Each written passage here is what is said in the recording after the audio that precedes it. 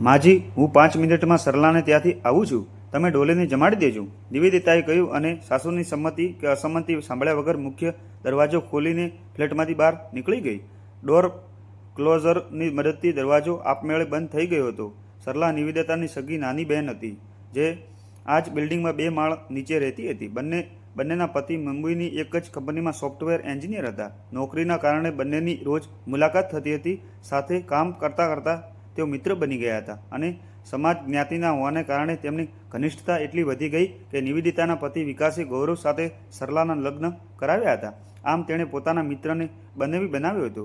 ગૌરવ પહેલાં ક્યાંક paying guest તરીકે રહેતો હતો. લગ્ન પછી વિકાસ જ તેમને આ જ બિલ્ડિંગમાં 2 BHKનો એક ફ્લેટ ભાડે અપાવ્યો હતો.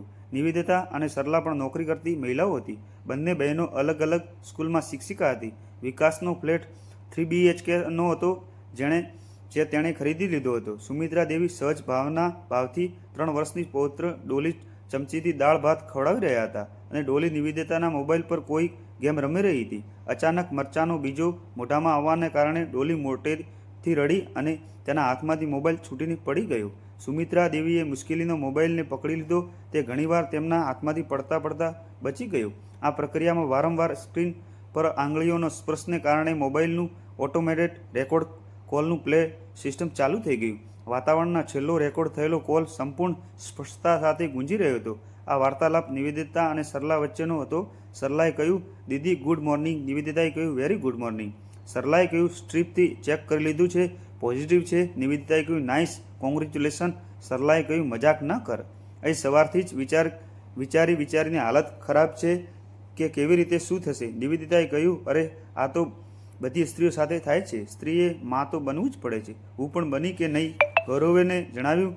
સરલાએ કહ્યું, હા. નિવેદિતાને પૂછ્યું, તેણે શું કહ્યું? સરલાએ કહ્યું, તે ખૂબ ખુશ થયો.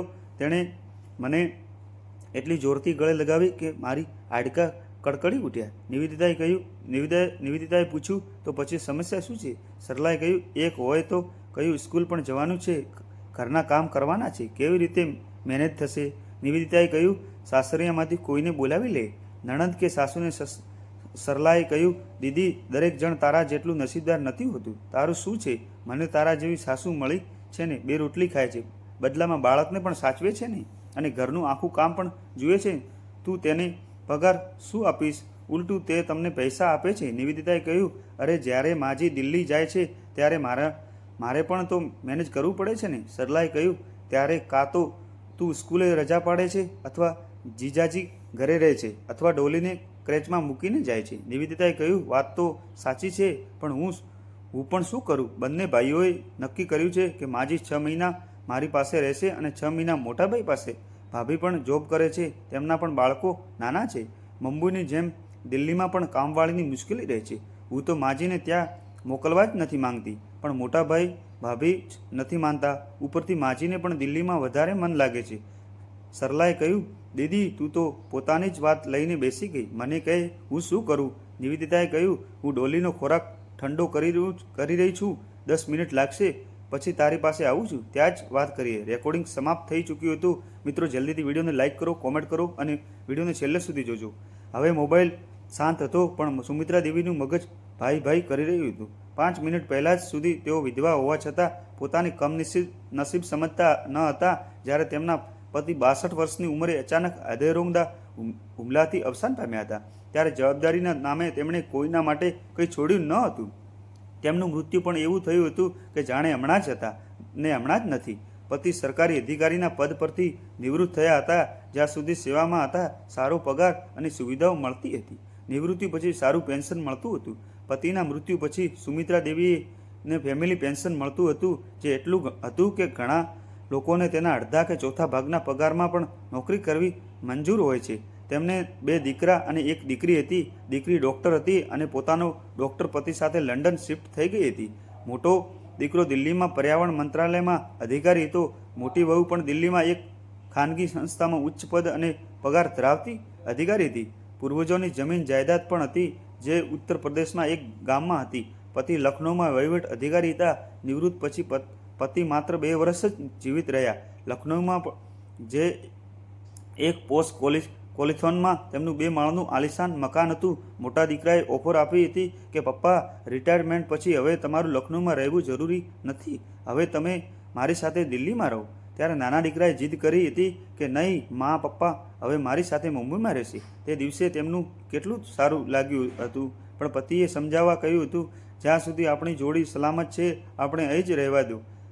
અહીંની દરેક વસ્તુ પોતાની લાગે છે, દરેક લોકો પોતાના લાગે છે. અજાણ્યા શહેરમાં અજાણ્યા લોકોની વચ્ચે આપણે અટપટું લાગશે. આપણા બેમાંથી કોઈ એક અવસાન પામશે તો ભલે હસાવીને રાખો કે રડાવીને, આપણે તમારા સાથે જ રહેવું પડશે. જે જીવતો રહેશે તેને 6 મહિના એક ભાઈ રાખે અને 6 મહિના બીજો ભાઈ રાખે. પતિ બહુ સમજદાર હતા. તેમણે બહુ ઊંડી વાત પણ બહુ સરળતાથી કહી હતી. એક વાર એમણે હસીને કહ્યું હતું કે હું તને વિધવા બનાવીને જ જઈશ. ત્યારે સુમિત્રાએ વિરોધ કરતા કહ્યું હતું કે લોકો તો સ્ત્રીઓને અખંડ સૌભાગ્યવતી અથવા થવાના આશીર્વાદ આપે છે અને તમે મને વિધવા થવાનું કહો છો. પતિએ હસતા હસતા કહ્યું હતું કે હું તો સ્વાર્થથી કહું છું. સુમિત્રા વિધવાઓને ઘરમાં કામોમાં મદદરૂપ થાય છે. એનામાં સહનશીલતા પણ હોય છે, જેથી એ ઘરમાં કામ અને પૌત્ર પૌત્રીની સંભાળે છે. પણ જો પુરુષ વિધુર થાય તો તે ઘર માટે બોજ બની જાય છે. તે ઘરકામમાં મદદ ન કરી શકે. ઘરમાં સભ્યોને તેનું ધ્યાન રાખવું પડે છે. સાસુ બહુનો બોજ ઓછો કરે છે, પણ સસરા તો બહુ કામ વધારી દે છે. પતિને યાદ કરતાં સુમિત્રાની આંખો ભીની થઈ ગઈ. દાદી લોહી હો, દાદી રડી રહી છે. નાની ડોલી તો તોતળાવા લાગી. સુમિત્રાએ પોતાના પાલવથી આંખો લૂછી અને મોબાઈલ ફરીથી ગેમ મોડ પર સેટ કરી દીધો. તેનો હાથ હવે યંત્રની જેમ ડોલીને ચમચીથી ખવડાવી રહ્યો હતો, પણ મનમાં વિચારોનું વાવાઝોડું ચાલી રહ્યું હતું. તો આ મારી ઉપયોગિતા છે. એમના બાળકોને મોટા કરો. આ ઘરમાં ઘરઘાટી મેઇડની જેમ રહો છો. કોઈ મિત્ર આવે તો તેમના માટે ચા નાસ્તો બનાવો અને જ્યારે તેઓ ફરવા જાય ત્યારે ઘરની ચોકીદારી કરો. મારા અને ઘરઘાટી વચ્ચે શું ફરક છે? ઘરઘાટી પણ તો આ જ બધું કરે છે, હું કરું છું. પણ ફરક છે, ઘરઘાટીનો પગાર મળે છે. લોકો તેને માં નથી કહેતા, આંટીજી કહે છે. ઘરઘાટી પસંદ ના આવે તો તેને બદલી શકાય છે, પણ માને બદલી શકાતી નથી. તેને ઘરની બહાર કાઢી મૂકવામાં આવે છે. જો હું આર્થિક રીતે સદ્ધર ન હો તો કદાચ મને ઓલ્ડ એજ હોમમાં મોકલી દેવામાં આવી હોત. સુમિત્રા આ વિચારોમાં ડૂબેલી હતી કે ડોરબેલ વાગી. ઉઠીને તેણે દરવાજો ખોલ્યો. નિવેદિતા હતી. આગલા 1 કલાકમાં નિવેદિતા ઝડપથી તૈયાર થઈને સ્કૂલ જવા નીકળી ગઈ. આ સમય સવારે 9:15 થઈ હતી. નિવેદિતા સાંજે 5:45 વાગે પાછી આવતી હતી. ત્યાં સુધી ડોલી અને ઘરની જવાબદારી સુમિત્રાને માથે રહેતી હતી. કાલ સુધી સુમિત્રા પોતે જ આ ઘરની માલકીન સમજતી હતી, પણ આજે તેને લાગતું હતું કે તે તો એક ઘરઘાટી જ છે, જેના પર ઘરના માલિકોનો એટલો વિશ્વાસ છે કે તેમની મરજી વગર કોઈ તાળું લગાવવામાં નથી આવતું. વાત નાની હતી. પરિવારના સભ્યો એકબીજા પાસેથી સહયોગની અપેક્ષા હોય છે. દીકરા અને વહુએ ક્યારેય ઊંચા અવાજે વાત નહોતી કરી. તેઓ તેમની જરૂરિયાતોનું પૂરું ધ્યાન રાખતા હતા. 58 વર્ષની ઉંમરમાં થતી શારીરિક તકલીફોથી સુમિત્રા પણ મુક્ત નહોતી. તે તકલીફોનો ઈલાજ પણ દીકરો જ કરાવતો હતો.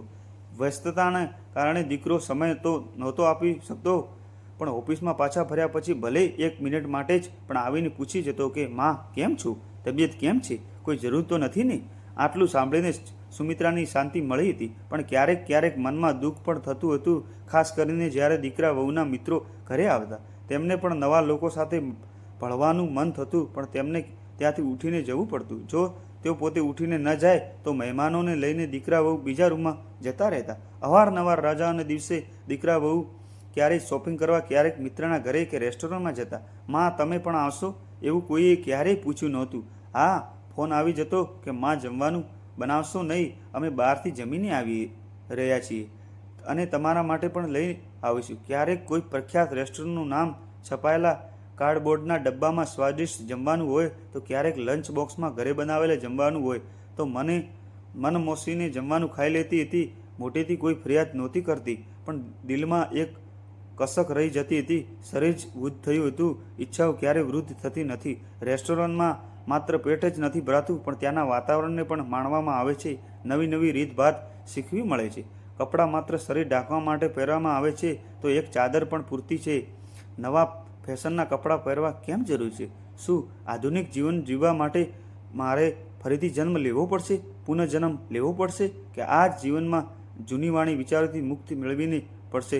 મિત્રો, જલ્દીથી વિડીયોને લાઇક કરો, ચેનલને સબસ્ક્રાઇબ કરી દો અને વિડીયોને છેલ્લે સુધી જોજો. નવો ટ્વિસ્ટ આવશે. કલાકો સુધી આ વિચારોમાં અટવાયેલું મગજ ઘણું બધું વિચારી ગયું. સુમિત્રા શિક્ષિત હતી, સમજદાર પણ હતી, માત્ર ચતુર નહોતી. તેણે પોતાના વિશે વિચારવાનું છોડી દીધું હતું. તેણે પોતાની પરિસ્થિતિ પ્રમાણે ઢાળી લીધી હતી. જ્યારે તેણે પોતાના વિશે વિચારવાનું શરૂ કર્યું ત્યારે સૌથી પહેલાં એક જ વાક્ય મનમાં આવ્યું કે હું કોઈના પર આશ્રિત નથી, હું કોઈની મોહતાજ તો નથી ને. પતિએ મારા માટે પૂર્વજોની જમીન, મિલકત, લખનૌનું ઘર, બેંકમાં બેલેન્સ અને સૌથી મોટી વસ્તુ મહિનાનું પેન્શન છોડ્યું છે. પૈસાની કમી નથી. હું બે નોકર રાખીને મારી સેવા કરાવી શકું છું. મને આ વહુઓએ નોકર સમજી લીધી છે. હું તેમના માટે જમવાનું બનાવું છું, મેઇનને આવે તો ઝાડુ પોતું કરું છું, તેમના બાળકો મોટા કરું છું અને મહિનામાં છેલ્લા દિવસોમાં જ્યારે આ લોકોની જેબ ખાલી હોય તો ખર્ચા માટે પૈસા પણ આપું છું. વાહ ભાઈ વાહ, ત્યાગ તો હું કરી રહી છું અને ત્યાગી આ લોકો કહેવાય છે. કે જુઓ, વૃદ્ધ માને કેટલા પ્રેમથી રાખે છે. આક્રોશથી ભરાયેલા મને તેને નિર્ણય લીધો કે હવે બહુ થયું, હવે કોઈની સાથે નહીં રહું, પણ પોતાની સાથે જીવવું જ છે. બીજાની ઈચ્છાથી નહીં, પણ પોતાની ઈચ્છાથી કરવી જ છે. ડોલી રમતા રમતા ઊંઘી ગઈ હતી. તેણે ડોલીને ચારે બાજુ ઓશિકા મૂક્યા તેથી તે પડખું ફરે તો નીચે ન પડે, અને પોતાની થેલીમાંથી એક જૂની ડાયરી કાઢીને તેમાં લખેલા લખનૌના કેટલાક નંબરો પર પોતાના મોબાઈલથી ફોનથી વાત કરી. ત્યાંથી તેને જ સાંભળવા મળ્યું તેના હાથ પગ શૂન્ય થઈ ગયા હતા. પછી તેણે ગામમાં સંબંધીઓને ફોન કર્યો. ત્યાંના સમાચાર પણ સારા નહોતા. પતિને મૃત્યુ પામ્યાને 6 મહિના જ થયા હતા કે દીકરાઓએ લખનૌનું મકાન વેચી દીધું હતું. આગલા 2 વર્ષમાં દગો, પીડા અને નિર્ણય ગામની સંપત્તિ પણ વેચાઈ દેવાઈ હતી. બેંક ખાતું પણ ખાલી જ હશે. હવે સમજાયું કે દીકરાઓએ દિલ્હી, મુંબઈ જેવી મોંઘી જગ્યાએ એ પણ પોશ વિસ્તારમાં આટલી જલ્દી આટલા સરસ મકાનો કેવી રીતે લઈ લીધા હતા? આટલી મોંઘી ગાડી કેવી રીતે લઈ લીધી હતી? જેને આ દીકરાઓની પ્રગતિ સમજતી હતી તે એક દગો હતો, છેતરપિંડી હતી. પોતાની સાથે, પોતાના મૂળિયા સાથે, પોતાની મા સાથે, પોતાના પૂર્વજો સાથે. સુમિત્રા દેવીએ લખનૌમાં એક પરિચિત બેંક અધિકારીને ફોન કર્યો, પોતાનો પરિચય આપ્યો, ખાતા નંબર જણાવ્યો અને પોતાના ખાતાની સ્થિતિ વિશે પૂછ્યું. સામાન્ય રીતે બેંક અધિકારીઓ આ પ્રકારની માહિતી ફોન પર નથી આપતા, પરંતુ પરિચિત હોવાના લાભ મળ્યો. સુમિત્રા દેવીનો અંદાજ સાચો નીકળ્યો. બધા ફિક્સ ડિપોઝિટ મેચ્યોર થતાં પહેલાં જ ઉપાડી લેવામાં આવ્યા હતા. લોકરમાં પડેલા ઘરેણાંનો પણ કોઈ ભરોસો નહોતો. જે વીંટી અને ચેન તેમના પહેર્યા હતા તે સિવાય ફક્ત પેન્શન જ તેમનો સહારો હતો. આ જ એક સહારો હતો જે કોઈ તેમની પાસેથી છીનવી નહોતું શકતું. તેમનું ભવિષ્ય તેના પર જ નિર્ભર હતું. તેમના દાળ, રોટી, દવાઓનો આધાર હતો. એટલે જ દરેક કર્મચારી સંગઠન જૂની પેન્શન યોજનાની ભલામણ કરે છે. આ જ પરિસ્થિતિઓથી બચવા માટે પેન્શનની જરૂર છે.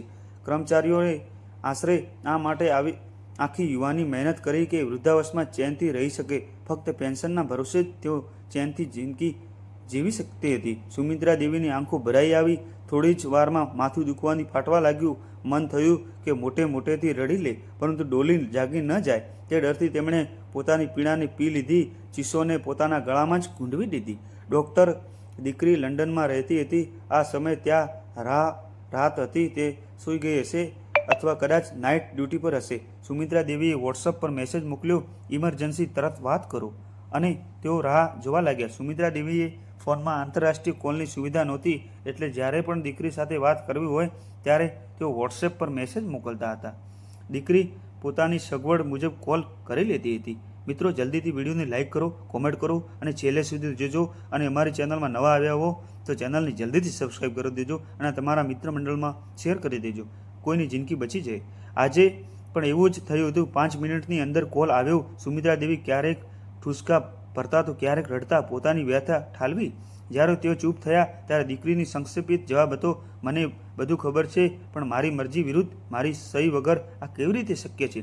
પપ્પાના મૃત્યુ પછી લખનૌ છોડતા પહેલાં તમે મકાન ભાડે આપવા માટે જ કરાર પર સહી કરી હતી. તે સમયે જ તમે પાવર ઓફ એટર્ની વિજયભાઈના નામે લખી દીધું હતું. પછી પણ તમે ઘણા કાગળો પર જોયા વગર અને વાંચ્યા વગર સહી કરી છે.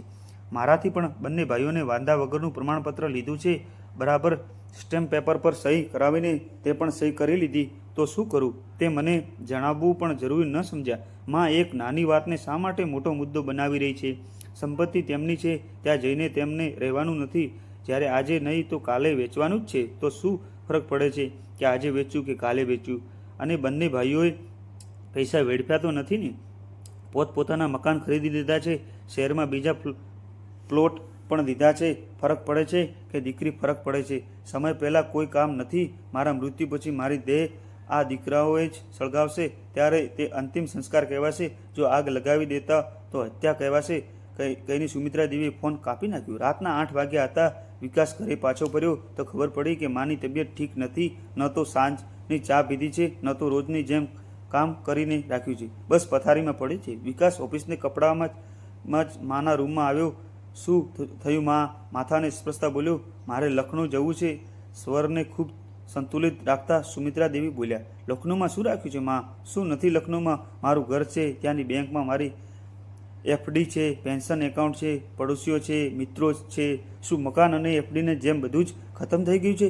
સુમિત્રા દેવી ગુસ્સે થયા. વિકાસે જાણે સાપ સૂંઘાઈ ગયો હોય, જાણે કેટલીક વાર સુધી તે કર્તવ્ય મૂઢ જેવો ઊભો રહ્યો. પછી મોટાભાઈ વિજયને દોષી અને પોતાને નિર્દોષ સાબિત કરવાની કોશિશ કરવા લાગ્યો. રહેવા દે, ઘણા પેપર્સ મારી પાસે તે પણ સહી કરાવ્યા છે. જાણે જૂની ઉતાવળ બતાવવા કે ઓફિસ જવામાં મોડું થઈ રહ્યું છે. તને મોડું ન થઈ જાય એટલે જોયા વગર વિચાર્યા વગર મેં આ વિચારીને સહી કરી દીધી કે દીકરો જતો તો સહી કરાવી રહ્યો છે. જ્યારે દીકરાથી વિશ્વાસઘાત મળ્યો હોય તો ફરિયાદ કોને કરું? આખરે તું શું ઈચ્છે છે? તારાથી કોઈ કંઈ નહીં. આજે છેલ્લી રાત છે. હું તારા ઘરમાં તમારા લોકોની સાથે છું. આવતીકાલથી રાત હું અહીં રહેવા નથી માંગતી. હું વિજયભાઈ પાસે દિલ્હીમાં ટિકિટ ક્યાં રહેવું નથી મારે. ન મુંબઈ, ન દિલ્હી, લંડન, લખનૌ જઈને ત્યાં ભાડે મકાન લઈને રહીશ અથવા ગામ જતી રહીશ. ક્યાંય કોઈ ઠેકાણું ન મળ્યું તો વૃદ્ધાશ્રમમાં રહીશ. પણ તમારા લોકોની સાથે રહેવું હવે શક્ય નથી. જબરજસ્તી કરશો તો બિલ્ડિંગની છત પરથી કૂદીને જીવ આપી દઈશ. કોઈ જબરજસ્તી નહીં કરે. હું લખનૌમાં તમારા રહેવા જમવાની વ્યવસ્થા કરી દઈશ. પણ અત્યારે તો ઉઠો, હાથ મોં ધોઈ લઈને જમી લો. ખાવાનું મૂકી જાઉં છું. જ્યારે ભૂખ લાગશે ત્યારે ખાઈ લઈશ. કહીને સુમિત્રા દેવીએ પડખું ફેરવીને મોં ફેરવી દીધું. વિકાસ થોડીવાર સુધી ત્યાં ઊભો રહ્યો. પછી પોતાના રૂમમાં જતો રહ્યો. ખિસ્સામાંથી મોબાઈલ કાઢ્યો અને મોટાભાઈ વિજયની પરિસ્થિતિ સમજાવવા લાગ્યો. હું પહેલી ફ્લાઇટથી મુંબઈ આવી રહ્યો છું. વિજયે કહીને ફોન કાપ્યો અને ટ્રાવેલ એજન્ટને ફોન કરવા લાગ્યો. બીજી સવારે ડોલીએ તેમને જગાડ્યા. તેઓ મોડી રાત સુધી દિલ્હી અને લંડન વાત કરતા રહ્યા હતા. ભવિષ્યથી યોજનાઓ બનાવવામાં આવી હતી. મોડા સુવાને કારણે સવારે ઊંઘ ન ઉડી હતી. રસોડામાં કોઈ ખળભળાટ નહીં, કોઈ હલચલ નહીં. જ્યારે માં રોજ સવારે વહેલી જાગી જતી હતી અને નિવેદિતાએ જાગે તે પહેલાં રસોડાનું અડધાથી વધુ કામ થઈ ગયું હોત. માં નારાજ છે તે જાણતી હતી, પણ તાત્કાલિક કારણ શું હતું તે સમજી નહોતી શકી. વૃદ્ધાવસ્થાની સનક છે સાથે વિચાર કરીને તે સાસુના રૂમમાં પહોંચી લાઇટ ચાલુ કરી. પલંગ પર નજર પડતા જ તેની ચીસો નીકળી ગઈ. સુમિત્રા દેવી પોતાના વચન મુજબ આ ઘરને તો શું, આ દુનિયાને પણ હંમેશા માટે છોડીને જતી રહી. તેમના વૃદ્ધ ચહેરા પર પીડાના ભાવ સ્પષ્ટ દેખાઈ રહ્યા હતા અને સાઈડ ટેબલ પર ઢાંકીને રાખેલું ખાવાનું ગઈ રાત્રે નિવેદિતા જેમ મૂકીને ગઈ હતી તેમ જ પડ્યું હતું. તો મિત્રો, જો તમને વાર્તા ગમી હોય, વિડીયોને લાઇક કરો, શેર અને ચેનલને સબસ્ક્રાઈબ કરવાનું ભૂલશો નહીં. અને કોમેન્ટ બોક્સમાં જરૂર જણાવજો કે તમે આ વાર્તા ક્યાંથી જોઈ રહ્યા છો. ખૂબ ખૂબ આભાર મિત્રો. ધન્યવાદ તમારો છેલ્લે સુધી વાર્તા જોવા બદલ. ખૂબ ખૂબ આભાર. તમારે માતા પિતાને તમારે હેરાન કરવા ન જોઈએ. ઉંમર લાયક થાય તો તમારે જેટલું બને તેટલું એમને આપવું જોઈએ, પણ તેમની જમીન જાયદાદ તમારે વેચવી ન જોઈએ. મિત્રો, છેલ્લે સુધી વિડીયો